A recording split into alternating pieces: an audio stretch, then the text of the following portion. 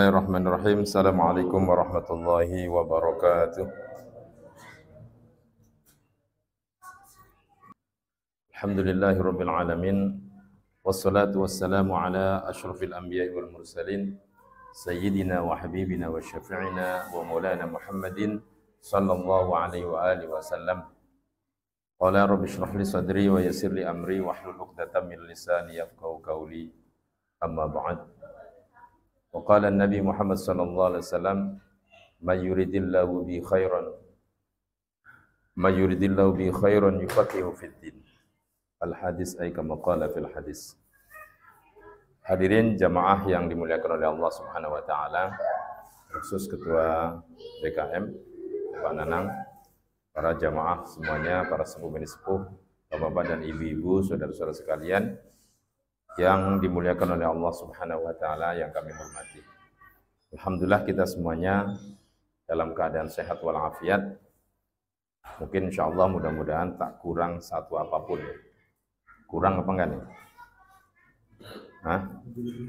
Lebih ya, alhamdulillah. Kemarin mungkin libur lama ya, dari hari Kamis, Jumat kejepit, Sabtu tambah kejepit. Nah, ini kan. Jadi Jumat kejepit, Sabtu tambah kejepit ya. 4 hari, ada yang keluar kota dan sebagainya. Alhamdulillah kita dalam keadaan sehat walafiat dan kita bisa kembali lagi di rumah kita masing-masing dan kita bisa berkumpul di majelis yang mulia untuk thalabul ilmi. Mudah-mudahan Allah mudahkan kita dan Allah golongkan kita menjadi orang-orang yang mencari ilmu, ya kan? Karena sebaik-baik sebaik-baik manusia yang jalan di muka ini, yang berjalan di muka bumi ini, yang pertama adalah thalib, orang yang mencari ilmu.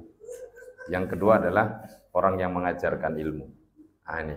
Makanya kalau kita nggak bisa ngajarin, ya minimal kita belajar. Kan gitu kan? Syukur-syukur kita bisa ngajarin. Nah, itu kan.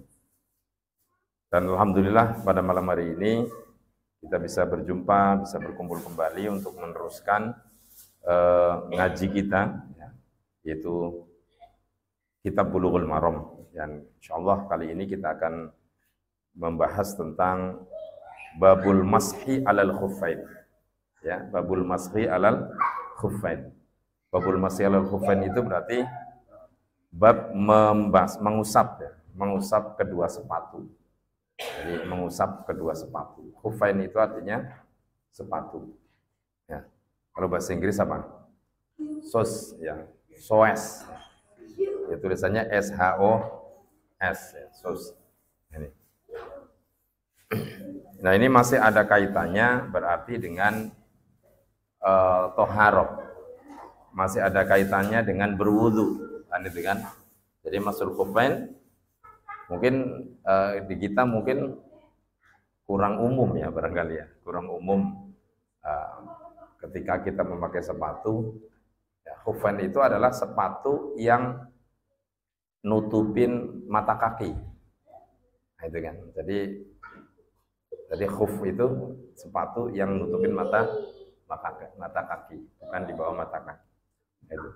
Dalam kitab Subulus Salam itu, jadi sepatu khuf itu adalah sepatu yang menutupi mata kaki. Jadi yang gede, yang kayak sepatu boot misalnya kan gitu kan ya. Nah, ini bisa. Nah, bagaimana ketika kita itu dalam kondisi, ya mungkin kita dalam kondisi tidak normal, ya kan? Dalam kondisi tidak normal bisa juga kita memakai sepatu. Bagaimana cara mengusapnya? Kan gitu kan. Bagaimana cara kita berwudu ketika kita memakai khuffain, memakai sepatu. Ya. Baik, mari kita baca hadis kita. Ya. Di hadis yang pertama, ya, dalam bab mashul khuffain, jadi 63. Ya. Bismillahirrahmanirrahim. Anil Mughirati bin Syu'bah radhiyallahu anhu. Diriwayatkan dari Mughirah bin Syu'bah radhiyallahu anhu qala.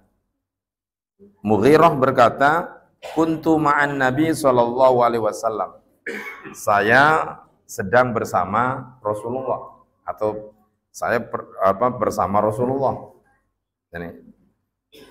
Fatawaddo'a, kemudian Rasulullah itu berwudu. Jadi ketika Mughirah bin Syu'bah itu beserta dengan Rasulullah sallallahu alaihi wasallam, bahwa Mughirah bin Syu'bah itu melihat fatawaddo'a Nabi Muhammad sallallahu alaihi wasallam berwudu. Fa'ahwaitu, ya. Fa'ahwaitu, kemudian saya itu dan namanya apa, Mughirah bin Syu'bah juga ikut-ikutan wudu. Nah, ketika mau berwudu itu Syu'bah itu membungkukkan, jadi membungkukkan badan untuk apa? Li'anzi'a khuffaihi, ya, untuk melepas, li'anzi'a supaya melepas sapa ingsun. Jadi saya ngelepas, kata Mughirah, saya akan melepas khuffaihi, kedua sepatunya Rasulullah. Nah, jadi khuffaihi kedua sepatunya Rasulullah. Akan tapi Nabi Muhammad SAW mengatakan faqala da'huma, biarkan saja. Ya, biarkan saja. Artinya saya nggak usah dicopot sepatunya, biarkan saja. Karena Mughirah adalah sahabat Nabi, tentunya adalah ingin berkhidmah kepada Nabi Muhammad SAW, ingin melepaskan sepatunya. Tapi Rasulullah mengatakan nggak usah dilepas. Nah itu kan. Fa inni adkhaltuhuma, kata Rasul, saya ingin memakainya. Nah, saya akan memakai atau memasukkan kaki ke dalam kedua sepatu tadi, atau saya akan memakainya. Jadi ketika Rasulullah SAW memakai sepatu itu tohirataini, dalam keadaan suci, atau sepatunya itu dalam keadaan suci. Jadi ketika Nabi berwudu, ya, maka sepatunya tidak dicopot. Ya. Famasaha alaihima, kemudian Rasulullah SAW hanya mengusap, ya, hanya mengusap kedua sepatu tadi. Nah ini, jadi ketika kita berwudu memakai sepatu, boleh sepatu itu nggak usah dicopot, kemudian cukup diusap saja, gitu kan, diusap, ya. Nggak usah dibasahin, ya kan, hanya diusap, silahkan. Jadi nggak usah dibasahin, nih karena pakai sepatu dibasahin, ya, disiram, gitu ya, jangan. Tapi hanya cukup diusap. Ya, bagaimana sih cara mengusap, ya kan? Ya, bapak-bapak, ibu-ibu jamaah kalau diusap bagaimana? Ya, dielus, ya. Ambil air, kemudian diusap saja. Inilah Rasulullah SAW ketika berwudu memakai khuffain, ya, memakai sepatu lah bahasa kitanya. Ya. Paham itu ya? Kalau khuffain tadi batasnya adalah mata kaki, berarti sepatu kasual itu nggak berlaku. Kalau melihat definisi daripada khuffain itu adalah yang minimalnya menutupi mata kaki, yang kasual itu nggak termasuk, kan gitu kan, nggak termasuk. Tapi kalau misalnya apa? Ini kan kalau orang Arab itu kan kalau misalnya bepergian kan mata kakinya kelihatan ditutupi semuanya itu kan, seperti pendekar itu kan, nah itu ditutupi. Karena definisi daripada khuffain itu adalah sepatu yang menutupi mata kaki, kan gitu kan. Gimana? Kalau kaos kaki itu bagian daripada sepatu bukan? Bukan. Kalau kaos kaki bukan bagian dari kaki. Kalau bagian kaki itu jempol. Kan begitu ya kan? Jadi kan gitu kan.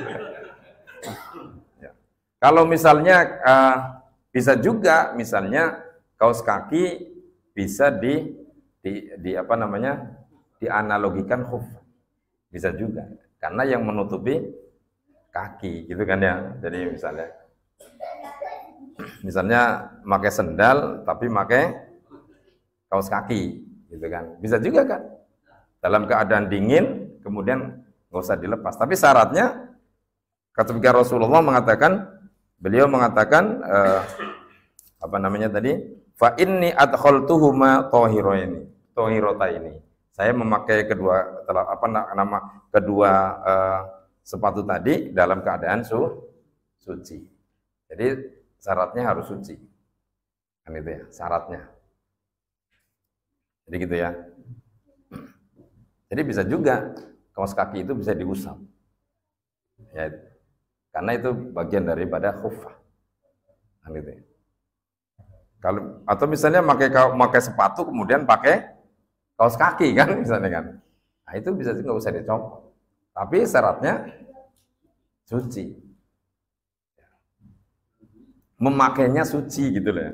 Rasulullah memakainya dalam keadaan suci. Kalau sudah kesana-kesananya kan nggak ngerti. Yang namanya mungkin bawahnya nginjak apa dan sebagainya. Nah, makanya bagaimana nih? Kemudian hadis yang selanjutnya, walil arba'ah annu ilan nasi anna Nabiy sallallahu alaihi wasallam masaha a'lal khuffi wa asfalahu. Rasulullah itu mengusap kedua sepatunya itu atas dan bawahnya. Jadi atasnya diusap, bawahnya juga diusap. Nah, itu kan. Mungkin kalau di sana kan nggak ada kayak ayam-ayam kan gitu kan ya. Ya kan? Kalau kita kan ada ayam gitu kan. Lagi jalan ada ayam, ini bau apa ini kan. Bisa juga. Tapi kalau misalnya bisa dibersihkan dulu gitu kan. Tapi syaratnya awalnya fa'adkhaltuhuma tahirataini. Ketika awal memakainya itu dalam keadaan suci. Nah, menurut Imam Arba'ah ini bahwa Nabi Muhammad SAW itu mengusap kedua sepatunya itu a'lal khuffi wa asfalahu, atasnya dan bawahnya. Ini atasnya diusap, kemudian bawahnya juga diusap. Paham itu ya? Bagaimana cara mengusapnya? Rasulullah mengusapnya atas dan bawahnya. Jadi nggak usah wudu, nggak usah dicopot. Kan itu ya, wudu nggak usah dicopot.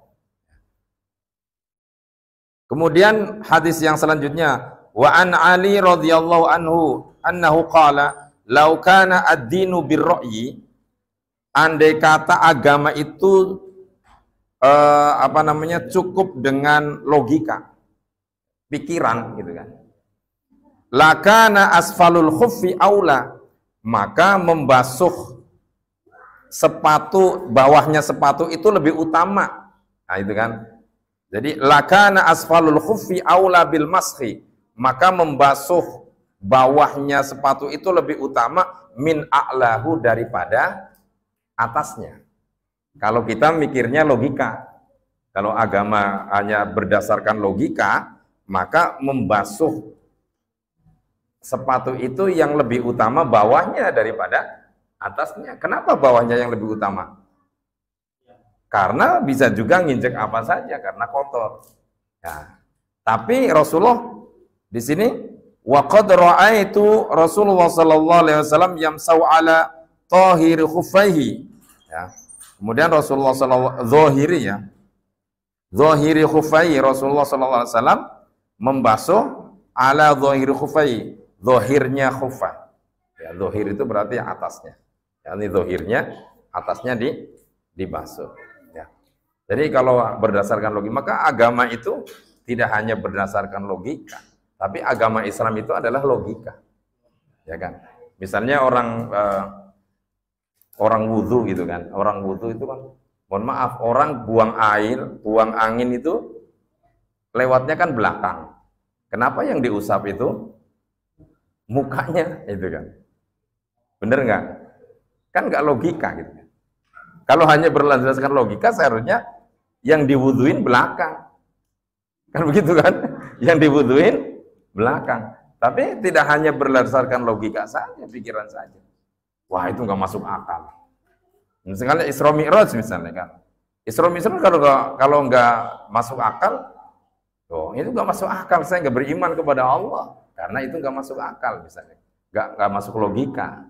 Tapi Islam itu lakana laukana dinu birra'yi lakana asfalul khuf aula bil masjid. Jadi di sini berarti Islam itu tidak hanya mengandalkan akal saja, mengandalkannya dengan hati, ya, dengan iman.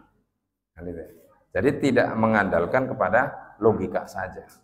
Maka tadi saya pernah ditanya itu tadi, kenapa ketika wudhu, ketika kita batal mengeluarkan angin, kok yang dibasuh mukanya? Saya tanya, Bapak kalau sakit kepala yang disuntik mana? Kan gitu kan? Yang disuntik mana? Bisa tangan, bisa tangan. Bukan kepalanya toh. Oh iya juga kan gitu kan. Nah, itu kalau mengandalkan pikiran begitu. Ya. Makanya dengan apa? Yaitu dengan hati, dengan iman. Ya. Maka ini harus berlogika boleh, tapi tidak kebablasan ketika berlogika. Ya, kan gitu ya.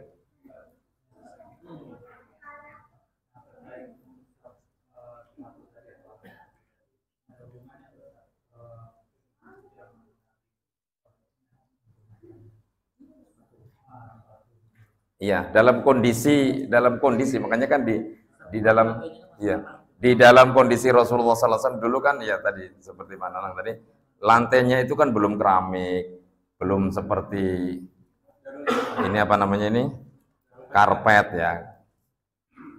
Kan ini karpetnya yang empuk yang 10 cm gitu kan. Kalau yang di Madinah itu kan sekarang bisa kondisinya tidak seperti sekarang kan gitu kan. Sehingga makanya tetap dipakai, khufnya itu tetap dipakai dalam kondisi yang seperti itu.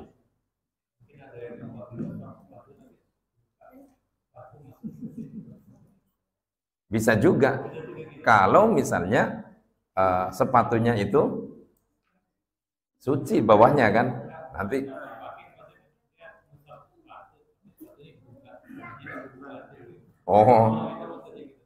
ya nggak bisa dong. Kalau wudhu, kalau misalnya itu mau diusap, ya nggak usah diusap, dilepas aja wudhu kemudian gitu kan. Nah, kalau dulu kan mungkin zamannya itu kan mungkin yang pertama adalah kondisinya seperti itu. Di zaman Rasulullah itu masjid itu tidak seperti ini kan. Masjid itu cuma batas saja gitu kan. Dibatas saja kan, di batasan diceblokin apa gitu kan, atau ditaruhin batu, ini masjid gitu kan. Dan kalau di sekarang itu kan bangunan-bangunan, masjid itu bangunan. Nah, ini. Maka dalam kondisi yang demikian, gitu kan. Jadi ada kaitannya dengan kondisi ya, dalam kondisi tertentu bisa juga. Atau misalnya Bapak Ibu jamaah semuanya dalam perjalanan gitu kan, dalam perjalanan pulang kampung mau sholat nggak ketemu masjid, ya kan? Nggak ketemu masjid, atau masjid itu masih jauh, ya kan?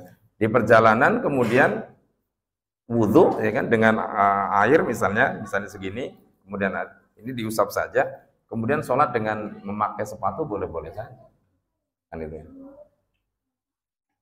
Jadi seperti itu Pak. Oke ya. Nah, kemudian selanjutnya wa an Sofwan bin Asal, diriwayatkan dari Sofyan bin Asal.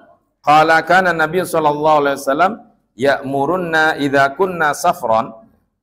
Rasulullah sallallahu alaihi wasallam menyuruh kepada kita ketika kita dalam perjalanan alla nanzi'a khufafata salasata ayyam wa layaliyahunna.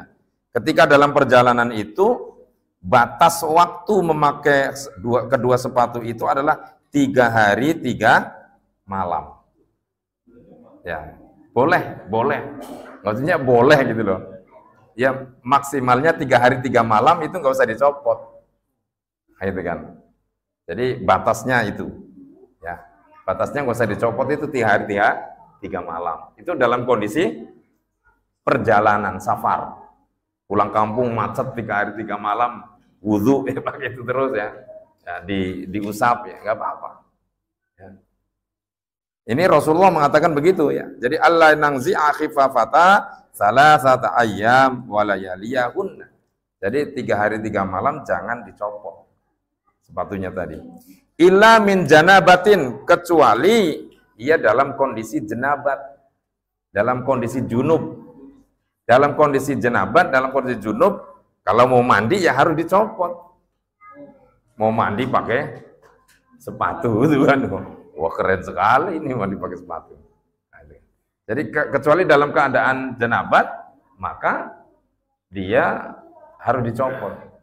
Karena katanya ilah, ya kan? Ilah. Ya.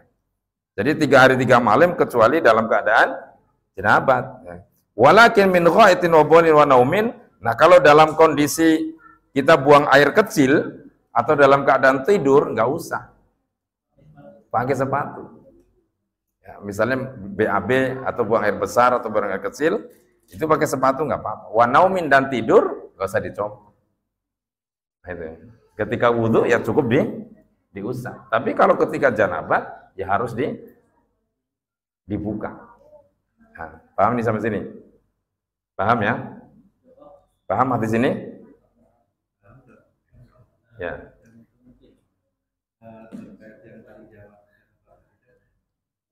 Yang apa tadi? Tayamum.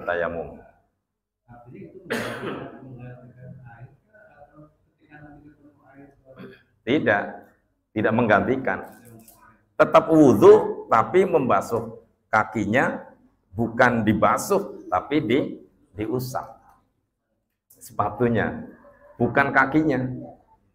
Tetap dalam kondisi wudhu, ya kita pakai air, tapi kaki kita nggak dibasuh, tapi cukup diusap, kan gitu. Jadi cukup diusap, ya paham ya? Jadi cukup diusap. Kalau dalam kondisi misalnya nggak ketemu air itu kan namanya tayamum. Kalau tayamum mengusap semua, ya kan? Nah, itu. Jadi bukan dalam kondisi tayamum, tapi dalam perjalanan kepengen wudhu, ya cukup dengan mengusap 2 sepatu tadi. Islam gampang ya? Islam gampang kan, susah amat itu kan. Apalagi misalnya remote polisi itu kan, pas menghadepin orang demo pengen sholat kan berabe gitu kan, sampai sini lagi kan, talinya gede banyak banget itu kan, ya cukup usap aja, sholat di situ. Kecuali dalam keadaan junub, ini kan, kecuali dalam keadaan junub ya harus dilepas, kan gitu. Kasihan kan, talinya banyak banget ya kan, dalam kondisi begitu harus dicopot. Kalau yang sudah paham gak usah dicopot. Atau misalnya yang TNI misalnya kan lagi nguber KKB misalnya kan, ya mau sholat ya nggak usah dicopot, cukup diusap saja atas dan bawah. Ya. Pak Fauzi misalnya ke mana itu kan bisa juga kan itu ya. Ya. Paham itu ya? Jadi batasnya kalau memakai khufah itu dalam perjalanan itu berapa hari? 3 hari 3 malam. Ya, mau dalam kondisi BAB atau air kecil atau dalam kondisi tidur tetap aja dipakai. Kecuali dalam kondisi janabat atau junub itu harus dilepas. Ya. Hadis selanjutnya adalah wa an Ali bin Abi Thalib, diriwayatkan dari Ali bin Abi Thalib radhiyallahu anhu qala ja'ala an-nabi sallallahu alaihi wasallam salasata ayyamin wa layaliyahunna lil musafir. Rasulullah sallallahu alaihi wasallam, Nabi kita Muhammad sallallahu alaihi wasallam menjadikan atau membatasi memakai khufah atau kedua sepatu itu adalah 3 hari 3 malam bagi si musafir. Ini hadis masih berkaitan dengan tadi. Wa yauman wa lailatan lil muqim. Sehari semalam bagi orang yang nggak kemana-mana. Di rumah doang, gitu kan. Di rumah doang, tapi misalnya kondisinya dingin, misalnya kan. Boleh pakai sepatu atau memakai tadi kaos kaki, misalnya kan. Sekarang kan ada kaos kaki yang seperti sepatu gitu kan. Itu bisa juga disebut dengan khuffain. Boleh, tapi batasannya adalah 1 hari 1 malam. Ya. Security bisa juga. Security dalam kondisi musafir enggak? Kalau dia jauh ya musafir. Kalau itu kerja gitu kan. Kalau cuma di sini-sini doang berarti ya enggak, bukan musafir, berarti mukim. Ya kan? Jadi orang mukim di rumah saja ya batasannya cuma 1 hari satu malam. Nah, ya berarti 24 jam. Nah, ini mengusap muzah ini atau mengusap khufain ya muzah ini kadang-kadang bagi kita itu apa ya namanya asing gitu ya, bagi kita asing ya kan gitu kan, karena mungkin saya sendiri nggak pernah melakukan itu gitu kan, saya sendiri nggak pernah melakukan ketika wudhu, tidak pernah melakukan mengusap muzah, selalu dicopot gitu kan, kayaknya nggak enak gitu kan ya, kalau wudhu kemudian diusap doang misalnya ya. Tapi dalam kondisi tertentu misalnya tadi Bang Bambang misalnya kan ada demo dan sebagainya atau ada kondisi tertentu mau wudhu itu nggak usah diusap, nggak usah dicopot, cukup diusap saja. Jadi gitu. Jadi cukup diusap, nggak usah dicopot. Ini. Begitu juga ibu-ibu, biasanya ibu-ibu kan pakai sepatunya yang apa itu? Yang sampai sinilah ya. Nah, itu boleh-boleh saja. Ya.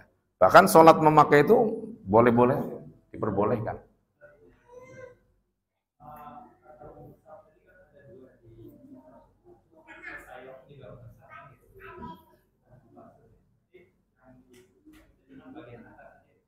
Atas sama bawahnya. Iya, atas sama bawah. Tapi Rasulullah kadang mengusap atasnya doang. Juga Rasulullah pernah mengusap bawahnya. Jadi itu. Tadi di hadis yang di atas itu kan. Ya. Atasnya doang boleh. Kan gitu kan. Atasnya doang boleh. Mana hadisnya tadi? Ya, a'la alal khuf wa asfalah. Jadi Nabi Muhammad SAW mengusapnya itu atasnya dan bawahnya. Kayak gitu. Ya.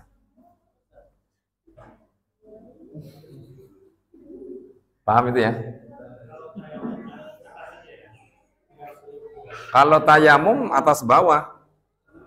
Ya, atas ya misalnya. Nah, jadi ininya nggak usah gerak. Yang gerak ininya aja. Ya. Atau ya.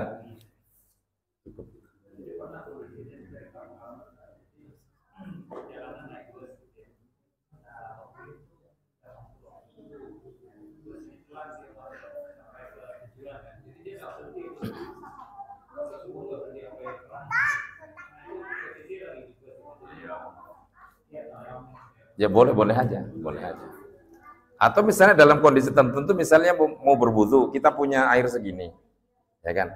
Ini nggak apa-apa, ini bolongin dikit, basahin kaki, basahin tangan, kemudian ya, berarti ini dibasahin ya satunya nggak apa-apa atau dua-duanya, kemudian di muka, yang fardu saja, ya muka 3 kali atau sekali nggak apa-apa, ya karena wajibnya sekali, ya kan?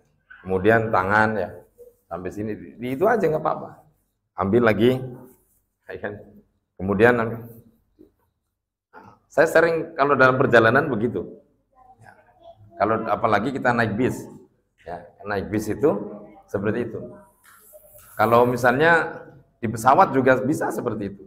Tapi pesawat sekarang kan bagus. Ya. Ketika saya perjalanan umroh itu, jadi Saudi Arabia itu bagus itu ya. Toiletnya gede, tempat wudhunya juga ada. Gitu kan.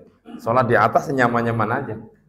Gitu kan. Nah boleh, itu berwudhu enak ya. Tapi dalam kondisi tertentu kita ambil wudhu aja segitu.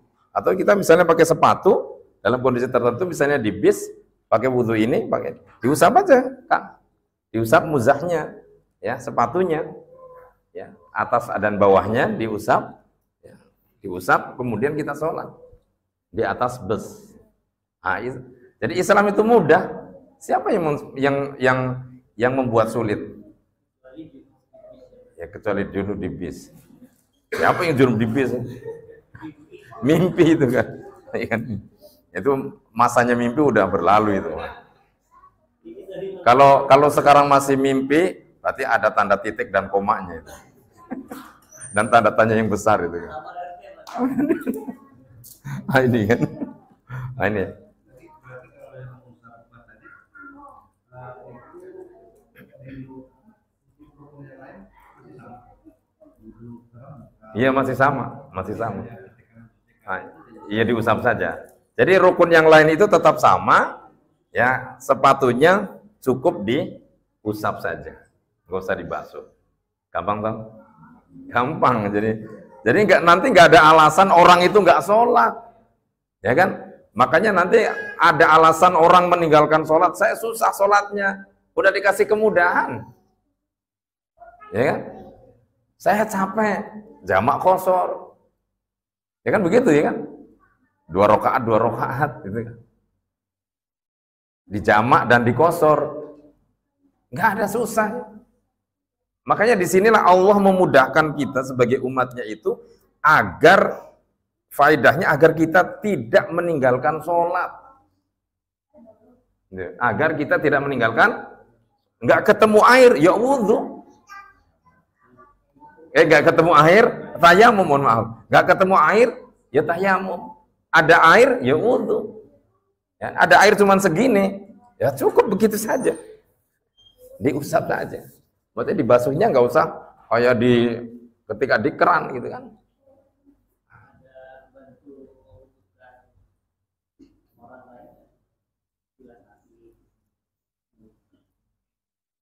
Dibantu gimana maksudnya?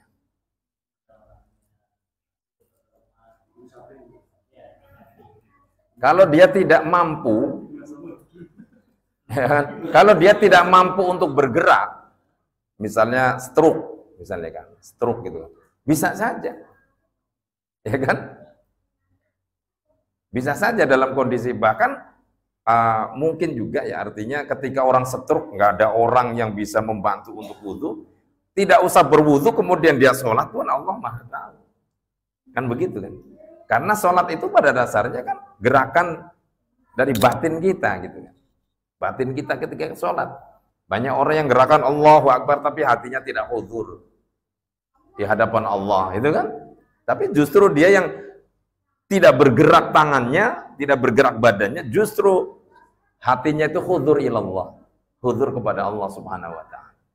Nah, kalau kita kadang-kadang Allahu Akbar, mulut kita bar, hatinya bubar. Nah, itu kan pikirannya kemana-mana, bener nggak? Nah ini. Boleh-boleh saja. Dalam kondisi tertentu, dalam keadaan sakit yang tidak bisa bergerak, contohnya tadi misalnya dia itu dalam keadaan sakit stroke yang tidak bisa juga dibantu untuk berwudu. Dibantu untuk berwudu, bisa juga. Jadi mayit juga kan diwuduin. Kan gitu kan?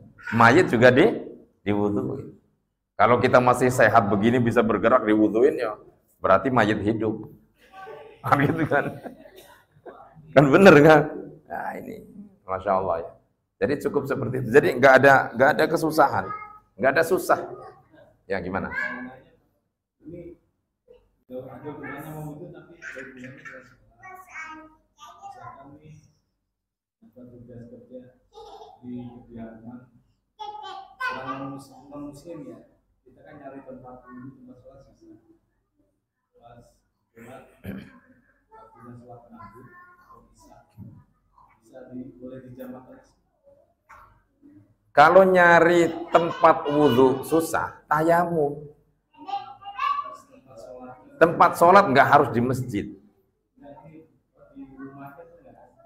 Ya nggak harus ada tempat sholat. Misalnya ada space untuk bisa berdiri, ruku dan sujud bisa, ya silahkan sholat nggak apa-apa. Tidak bisa. Karena jamak qashar itu kan syaratnya musafir. Dan dalam fikih itu 8 di luar negeri. Luar provinsi. Oh, BSD emang.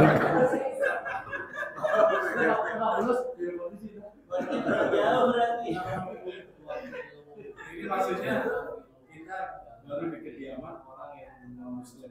Saya pernah di kediaman orang non muslim. Saya waktunya sholat saya izin. Kebetulan saya dulu pernah privat matematika, gitu kan. Jadi privat. Saya gini-gini juga dulu pernah privat matematika.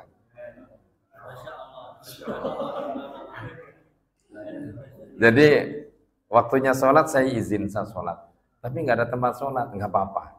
Saya sholat di depan boleh, saya di tempat ini boleh. Kalau kita komunikasinya bagus, insya Allah dibolehkan. Orang Indonesia itu subhanallah. Ya. Orang Indonesia itu yang penting kita komunikasinya bagus, pasti akan dihormati. Kalau kita cuma memandang sebelah ya kadang-kadang sebelah mata ya kadang-kadang mungkin dipersulit. Ya. Jadi gitu ya. Ya nggak boleh. Ya kan nggak boleh karena syaratnya jamaah itu kan musafir dan itu kan bukan musafir, nanti balik lagi gitu kan. Dan jangkanya 80 fursah.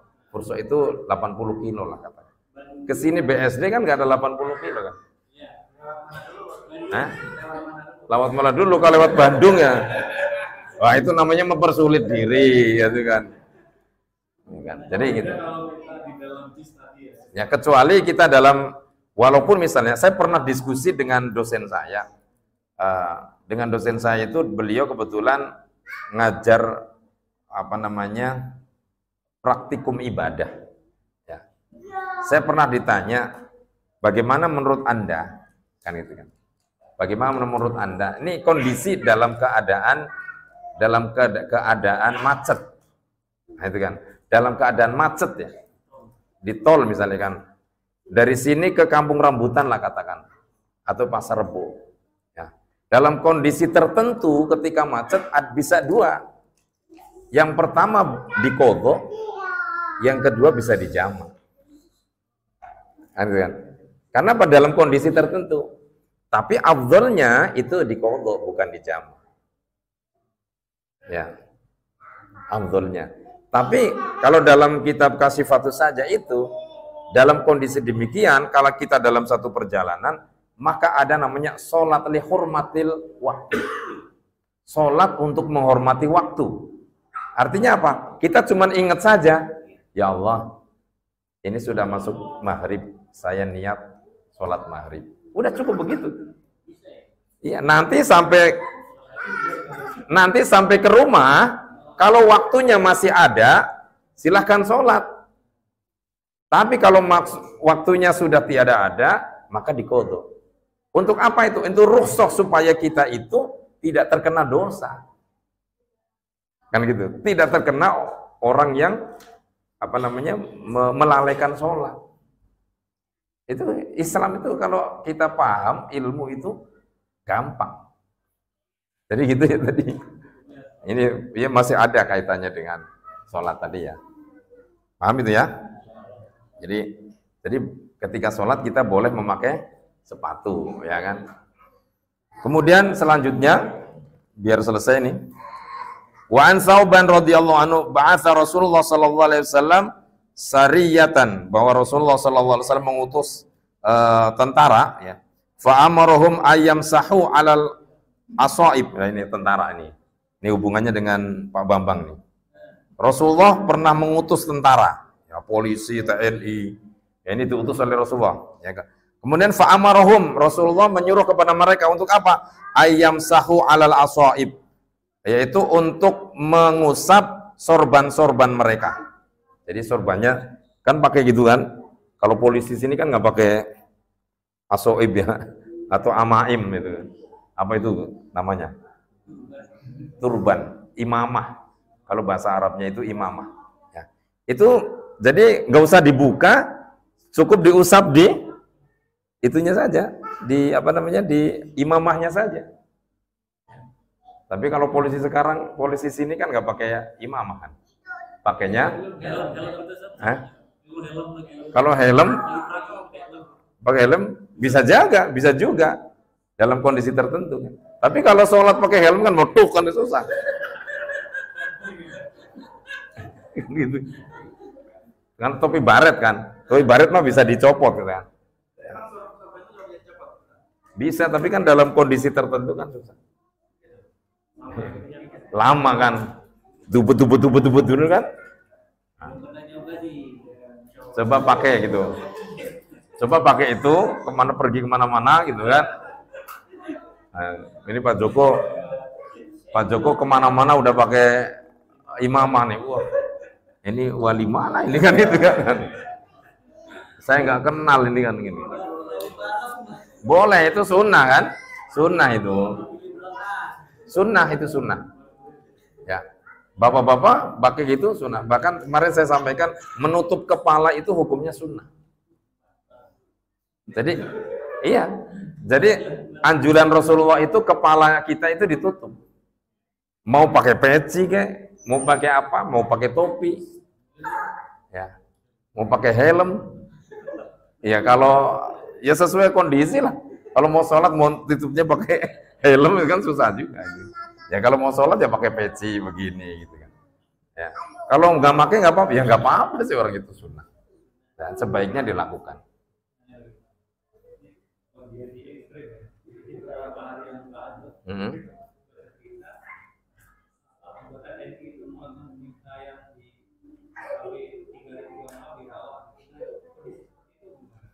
Di rawa, ya sholat di rawa nggak apa-apa. Iya, Allahu Akbar. Ya nggak usah lah, ya seperti orang duduk saja kan, Allahu Akbar. Dalam kondisi tertentu sholat cuma dikira Allahu Akbar, Allahu Akbar. Boleh-boleh saja. Ya dalam kondisi begitu. Makanya kan ada yang namanya sholatul khauf. Ada sholatul khauf itu ketika berperang. Yang satu ruku, satunya ambil senjata. Begitu. Iya senjata misalnya kan. Satunya sujud, satunya berdiri, ngawasin. Boleh tengok-tengok, boleh. Kan gitu kan. Boleh tengok-tengok. Kemudian dia sudah berdiri, dia ruku. Dia sujud. Yang tadi yang ruku, yang sujud, dia begini lagi. Iya gantian. Ini kan misalnya bahkan diselang-seling ya, diselang-seling ya. Atau misalnya depan belakang. Kan itu, depan belakang. Soft satu ruku, sujud, soft yang keduanya dia berdiri. Ya. Boleh pakai senjata tadi. Itu namanya sholatul khauf. Dalam keadaan kondisi genting tadi, ya, boleh sholat dalam keadaan apapun. Ya, di rawa 3 hari 3 malam, dia mau sholat itu gimana? Boleh saja nih. Sholat itu kan, kalau misalnya gerakan itu seremonial. Gitu. Kan bener nggak? Seremonial, Allahu Akbar. Bahkan orang yang sudah tidak bisa bergerak apapun, untuk sholat kan dengan hati, dengan isyarat. Gitu. Kan itu. Karena sholat itu tidak hanya mengandalkan daripada zahiriyahnya saja. Jadi batinnya saja. Kalau dalam kondisi yang bisa aman, ketika zahir dan batinnya bisa bergerak, nah itu yang normal. Dalam kondisi yang tidak normal, ya, misalnya dalam peperangan, mengintai dan lain sebagainya, ya, atau dalam kondisi perang, boleh seperti itu. Tadi, atau sakit, ya boleh dengan keadaan duduk, ya kan, berbaring, atau dengan isyarah.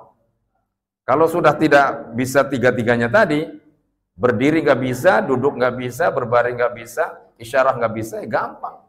Sholatin. Kan gitu kan?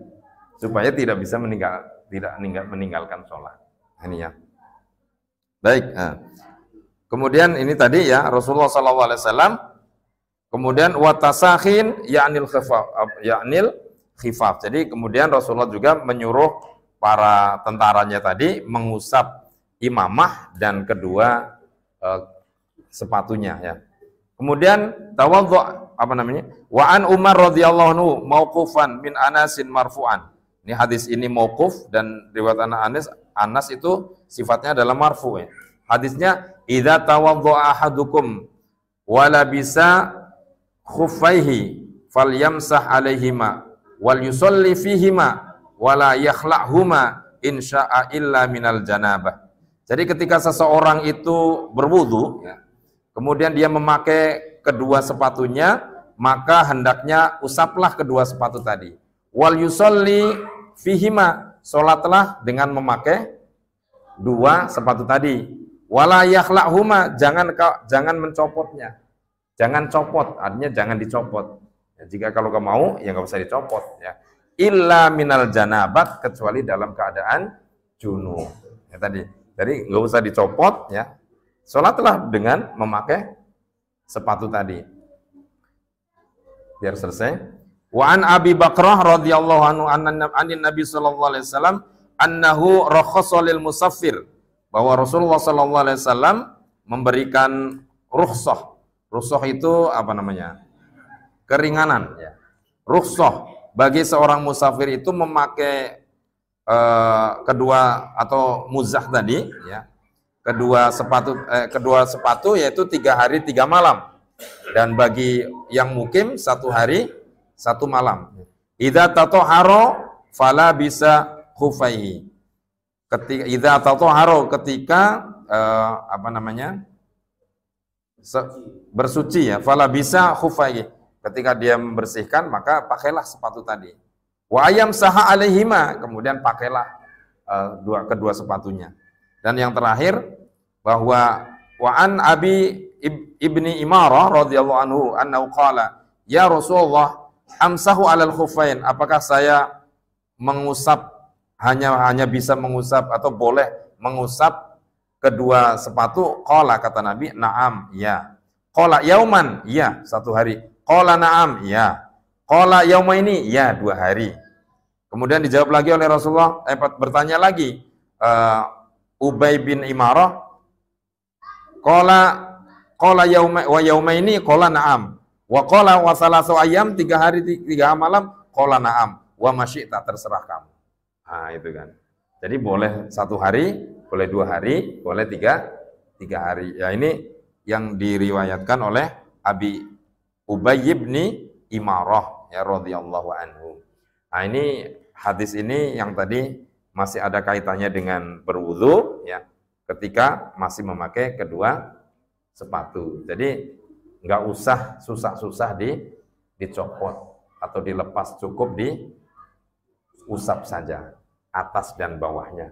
Dan boleh juga sholat dengan memakai kedua sepatu tadi, nggak usah dicopot. Bagi orang musafir batasnya adalah 3 hari 3 malam.